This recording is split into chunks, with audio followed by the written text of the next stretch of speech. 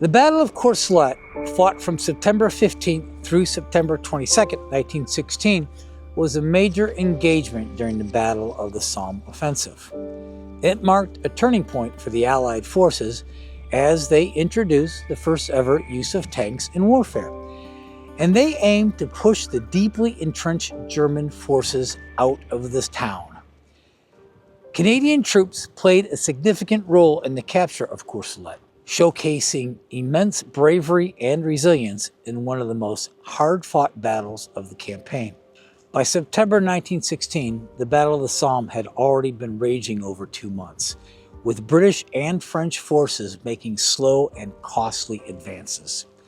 The Germans had transformed the village of Courcelette into a heavy fortified stronghold.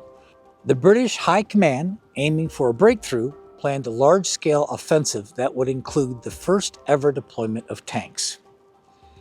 The Canadian Corps was tasked with capturing Courcelette, and on September 15, 1916, the attack commenced with a massive artillery bombardment. And this was followed by infantry advances and the introduction of the new British Mark I tanks. Although these tanks were still in their experimental stages, and many of them broke down, they did provide much needed support by crushing the barbed wire and striking fear into the German defenders. Now, the Canadian 2nd Division, advancing alongside British forces, fought through intense enemy fire to reach the outskirts of Courcelette. By September 16th, after a brutal close quarters combat, the Canadians had successfully taken the village, making one of the greatest gains of the Somme offensive to the date.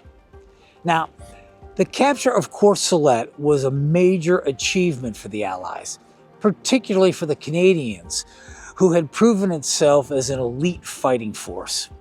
However, like many of the battles here on the Somme, this one came with a heavy cost, with thousands of casualties on both sides.